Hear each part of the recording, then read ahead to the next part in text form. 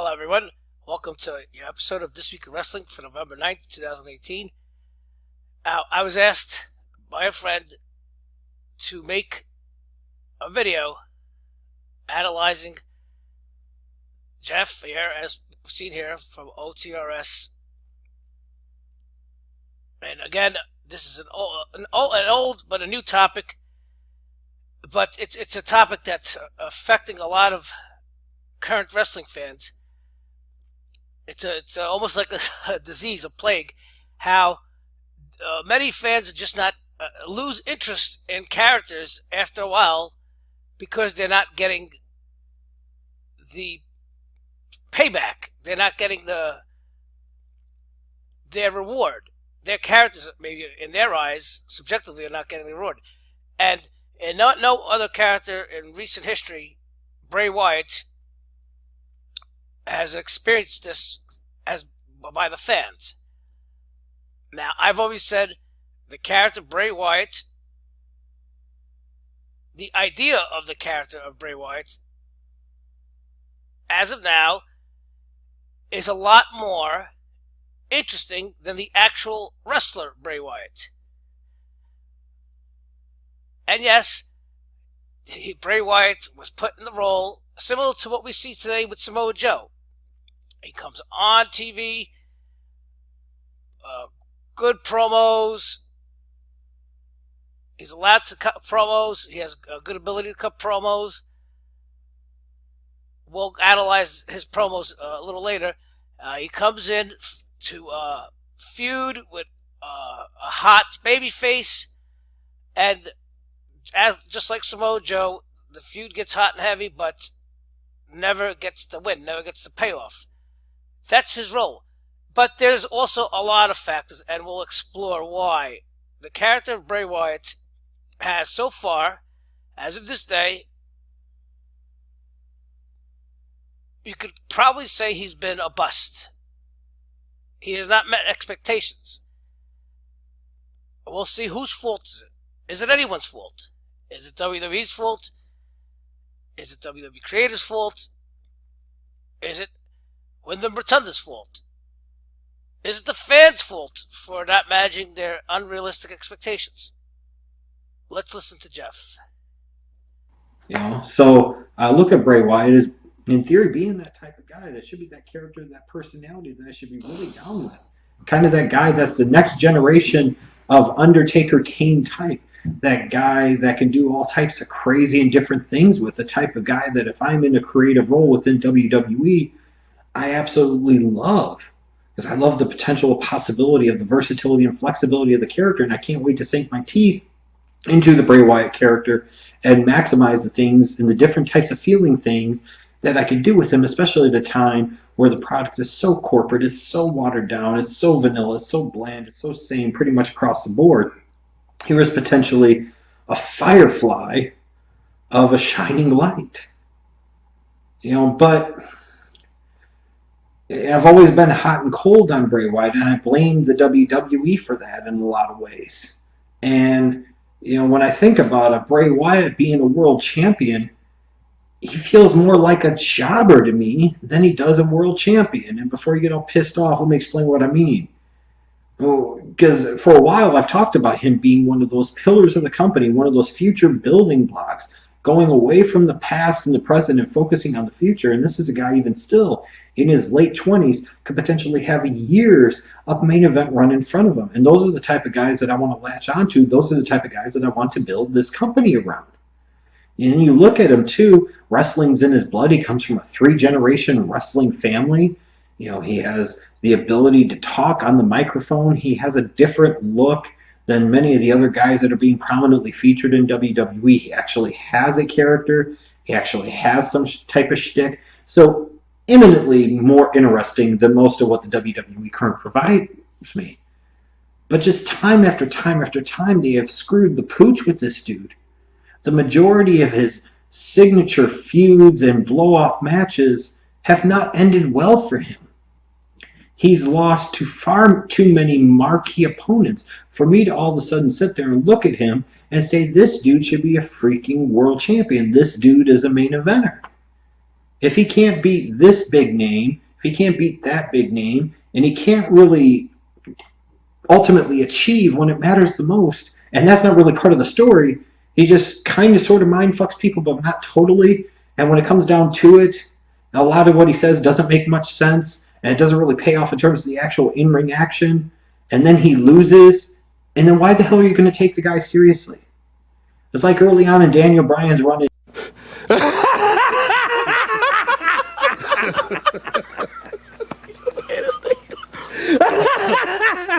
That's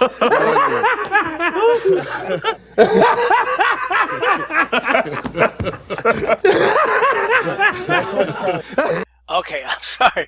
I promise I won't laugh for the rest of the video.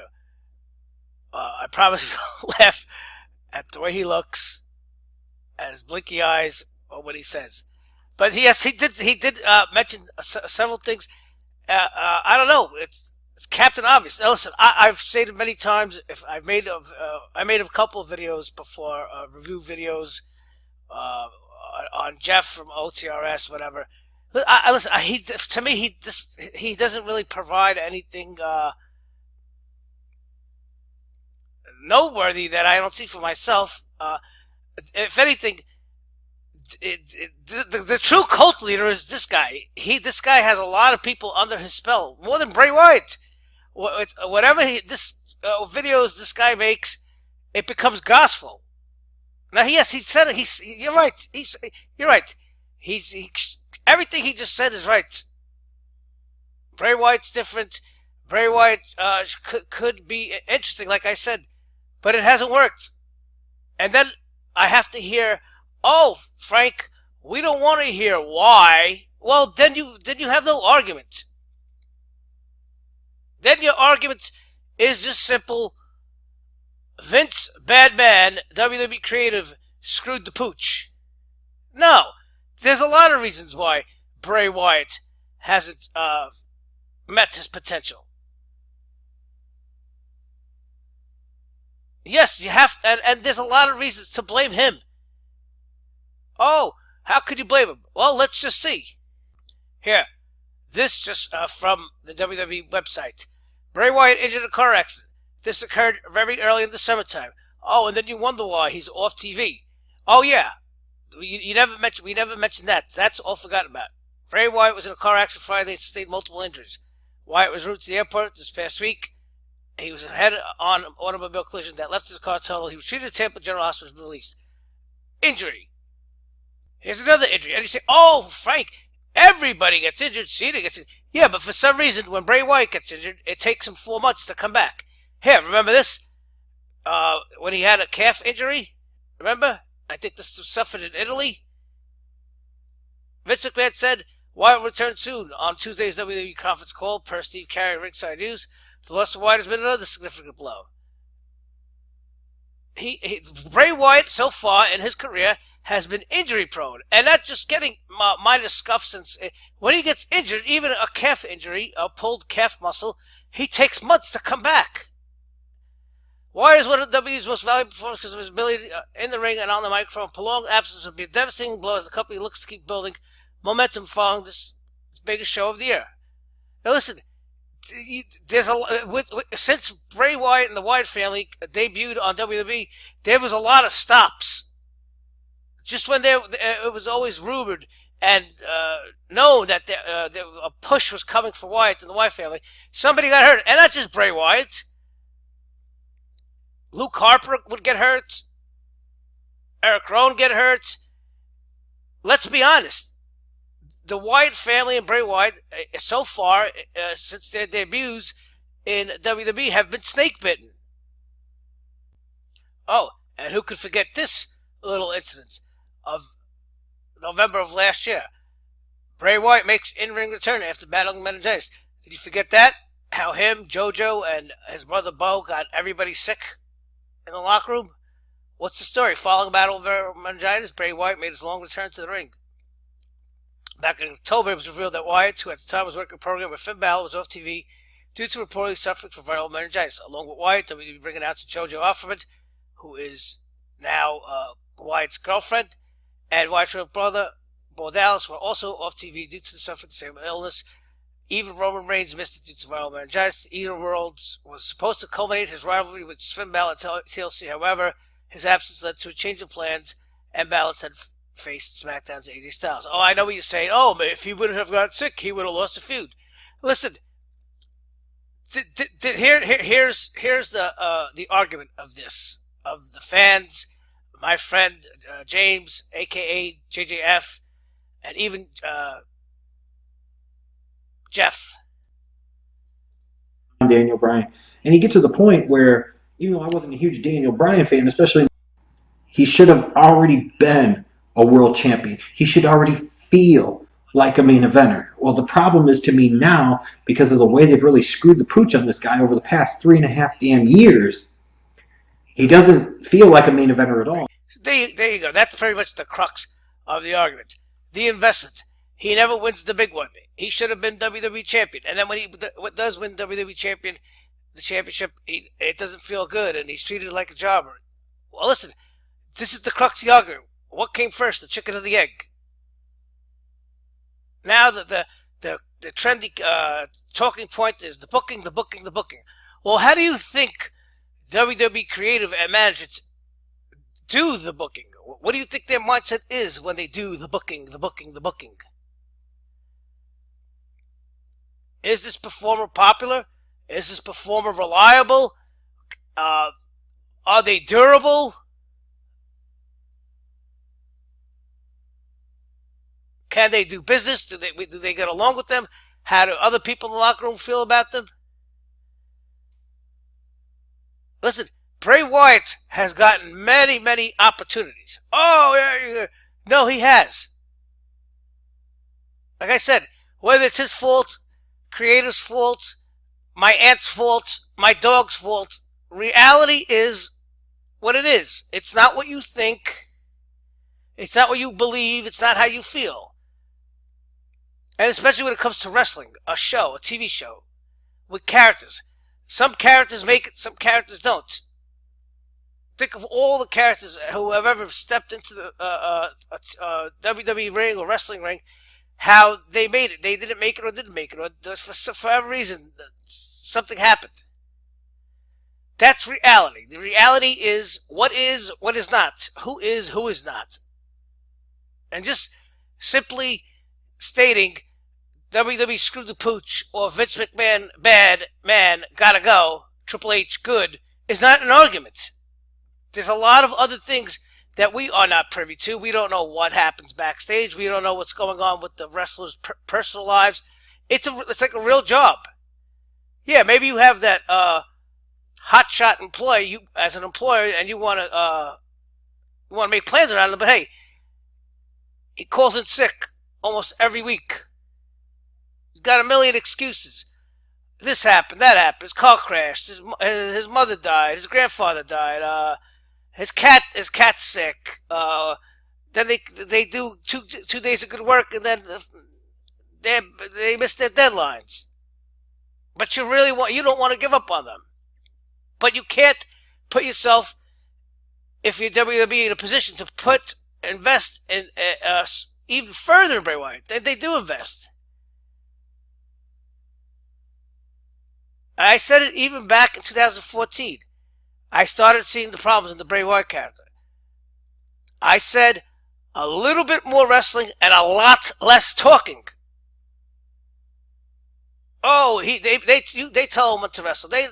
No, that was his character. His character was he was a chicken shit heel, a chicken shit cult leader that never wanted to get his hands dirty and always would sick Rowan and Harper on his enemies, much like you would see Raven in WCW do with the Flock. Raven would sit in the corner. Not tonight, Benoit. Get him, Saturn.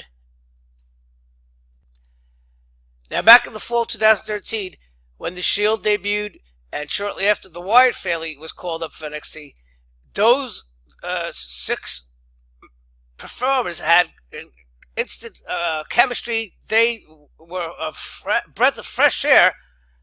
At the time, WWE was really, really corny. They had no characters. It was stale.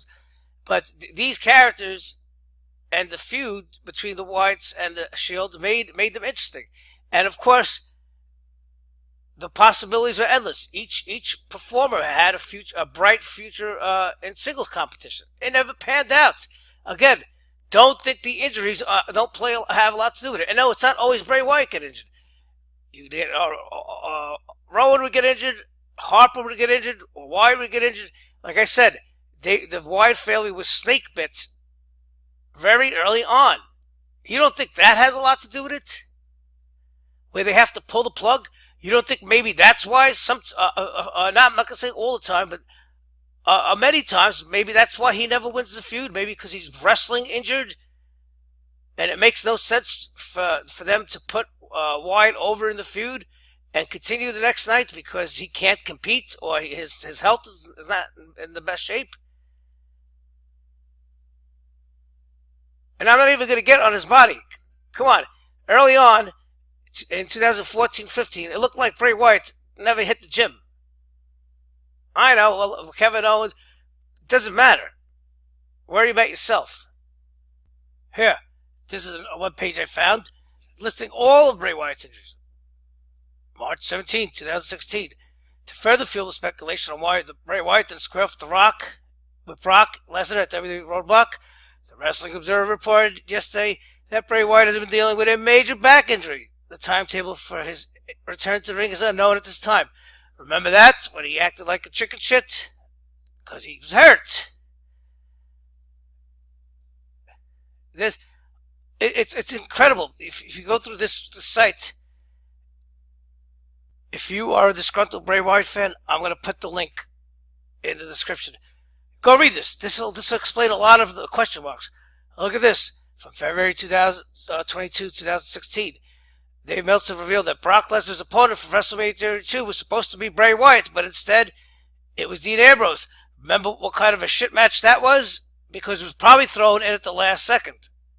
Oh, but Brock is lazy. Brock doesn't want to do anything. Now listen, we could go on and on with Jeff's points. He's not saying anything new.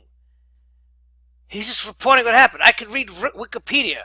He's not explaining why these things happened. This is why I don't ever say that nobody cares about why. Because it just means you're a closed-minded idiot. And it just doesn't relate, it doesn't pertain to only wrestling. It matters to life. If you don't want to know why things are, then you're an idiot. I'm sorry. Getting your feelings hurt, becoming emotional, becoming angry and displeased and disillusioned is not becoming. Just because this jabroni here has 10,000 subscribers, he's a mutt. I'm sorry. I'll never like this guy because he has no redeeming qualities about himself. He's just working people like you, fans who are disgruntled. He's just telling you what you want to hear. He doesn't explain why. Maybe he'll tell you what in his belief. But he's not right. Listen, they have done a lot with Bray Wyatt. They have put him in positions, but for some reason, he doesn't win the last match of the feud. Is he supposed to win? Wasn't he supposed to win? Does he get hurt? Does the manager have cold feet on him because he gets hurt? A bad attitude? There's a lot of things. And don't tell me, maybe you lost interest in Bray Wyatt because he doesn't win or because he feels like a jobber. A lot of us Bray Wyatt fans lost interest in him for other reasons. His promos, his boring promos. His greatest strength is his promos. Do you ever really listen to his promos? What is he saying? They're long-winded, mumbo-jumbo stuff, the same shit for 4 years. Do you want to know when a lot of people gave up on Bray Wyatt? When he was supposed to, they were supposed to tease, they were teasing to reveal Sister Abigail. That was the payoff that we never got. Seeing Bray Wyatt sitting in a rocking chair with a veil, acting like Sister Abigail was the final nail in the coffin for me. And what about those promos? When he actually talks, I said it. Yeah, the idea of the character is good. It's interesting, but he never developed it. I said, does he have magic powers? Who is he? Where does he come from? Is he a ghost? Is he a demon? Who's Sister Abigail? Why do Luke Harper, Eric Rowan follow him? Why does he have people under the spell? And I'm going to point out something. Why? You want to know why he loses credibility? Here's a great piece of advice for anyone who aspires to be a wrestler or performer from the great late Roddy Piper. What do you hear in Bray Wyatt's promos? He's going to do this. He's going to do that.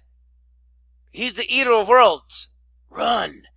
Remember that horrific dumpster fire match against Randy Orton in WrestleMania with the LED ring? We saw the water bugs crawling over Randy Orton, maggots and worms, and what happened? Nothing. We didn't see nothing. Nothing happened. It didn't affect Randy Orton. He just got startled. Listen to Roddy Piper and learn. Say, I'm going to rip your lungs out, but they never did it. So I found out, don't ever say anything in an interview that you don't back up in the ring. And that gives you a credibility that's second to none.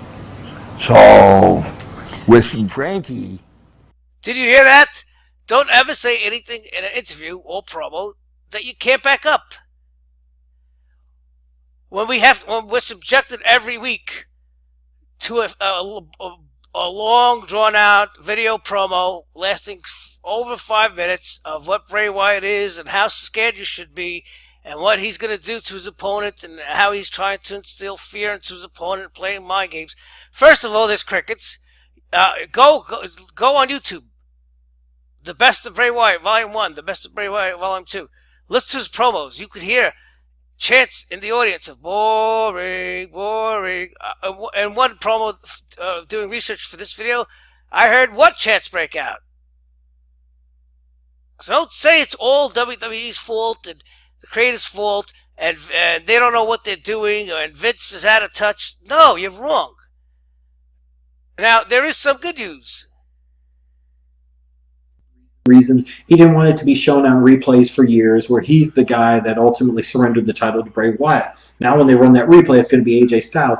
It's something that those of us that understand, we understand what happened. Those of you that don't. And it's that simple. But to come back now on SmackDown and all of a sudden John Cena's advocating for putting people over, it's too fucking late for that. All right, yes, I understand.